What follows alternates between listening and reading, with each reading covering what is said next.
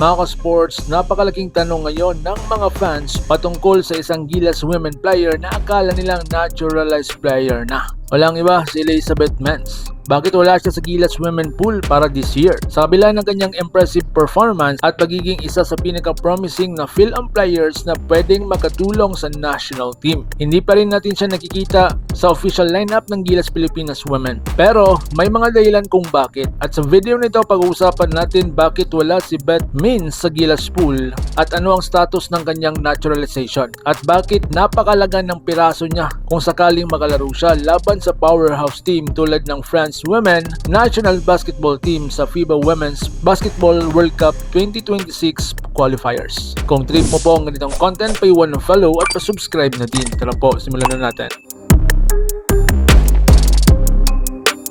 Mga ka-sports, bakit wala si Elizabeth Means sa Gilas pool? Ang pinakamalaking dahilan kung bakit wala pa siya sa Gilas Women pool ay ang kanyang naturalization process na hindi pa po tapos. Sa kasulukuyan, ang naturalization ni Elizabeth Beth Means ay bilang isang Pilipino ay dumadaan pa sa proseso ng Senado. Ibig sabihin, hindi pa kumpleto ang legal requirements, hindi pa siya officially recognized bilang Filipino citizen, at hindi pa siya eligible na maglaro bilang naturalized player sa FIBA competitions. Kapag natapos lamang ang prosesong ito, saka pa lang siya pwedeng may dagdag sa official Gilas roster. So ngayon mga sports, target role niya sa Gilas. Ayon sa mga basketball insiders, ang plano para kay Beth Means ay hindi lang sa 5-on-5 basketball. Malaki rin ang posibilidad na magiging bahagi siya ng Gilas Women 3v3 program. Ang goal dito ay palakasin ang Pilipinas sa FIBA 3v3 competition at magkaroon ng mas malaking tsansa na makakuha ng Olympic berth sa hinaharap. Dahil sa kanyang versatility, shooting at athleticism, bagay na bagay siya sa mas mabilis na physical na laro ng 3v3 basketball. So ngayon mga sports, ang kontrobersiya sa Senado. Isa pang dahilan kung bakit naging usap-usapan ng kanyang naturalization ay dahil sa isang kontrobersyal na pagdinig sa Senado. Sa hearing na iyon, nagkaroon ng mga tanong tungkol sa kanyang personal na buhay na para sa ibang fans ay hindi naman dapat naging bahagi ng usapan tungkol sa kanyang naturalization. Filipino boyfriend?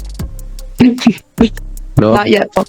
Maybe Senator Pangilinan might want to apply. At dahil dito, mas lalong naging mainit ang diskusyon tungkol sa kanyang application. Pero sa ngayon, nanatiling ongoing ang proseso. So mga sports, dito tayo sa ibang segment. Posibleng kalaban ng Gilas ang Team France. Habang inaayos pa ang roster ng Pilipinas, ang ibang powerhouse country tulad ng France ay kompleto na ang kanilang lineup para sa 2025 to 2026 cycle. Narito ang ilan sa mga pangunahing players ng France Women. Disclaimer lang ha, based lang po ito sa ating pag-research at hindi pa po ito official, pero posible. Unang-una si Gabby Williams, ang elite defender at playmaker. Sumunod si Dominic Malonga, na may taas na 6'6" rising star center. Sumunod si Liliana Rupert, efficient scorer at rebounder, na may taas na 6'4". Sumunod si Valerian Ayaye.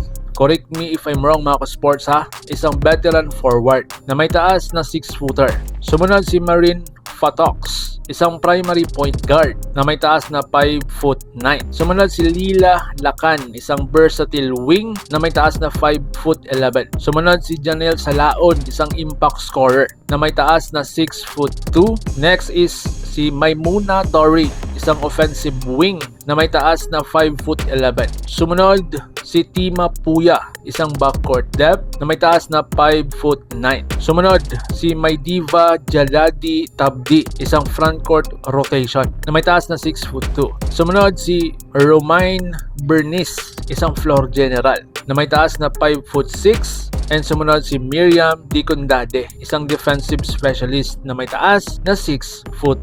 And lastly, si Gabby Williams, isang elite defender at playmaker na may taas na 5'11". Makikita natin dito na napakalalim ng roster ng France, kaya kung gusto talagang magipagsabayan ng Gilas Pilipinas sa world stage, malaking tulong sana kung makakasali si Beth Means sa lineup. So ngayon mga sports, gaano siya kahalaga sa Gilas? Kung makukumpleto ang kanyang naturalization, si Elizabeth Means ay pwedeng maging stretch forward, defensive stopper, secondary scorer at versatile player sa international basketball. At sa laban kontra powerhouse team kagaya ng France, Australia o USA, kailangan talaga ng ng gilas ng ganitong klase ng player. Sa ngayon mga ka-sports, ang tanging hinihintay na lang ng fans ay ang final approval ng kanyang naturalization. Kapag nangyari yon, posibleng makita natin si Elizabeth Means na suot ang Gilas Pilipinas jersey sa mga darating na international tournaments. At kung mangyari iyon, malaking tulong ito para sa future ng Philippine women's basketball. Like, share, and subscribe at pahit ng bell para updated tayo pareho sa mundo ng basketball world. Laban Pilipinas puso, so paano? Ingat po kayo.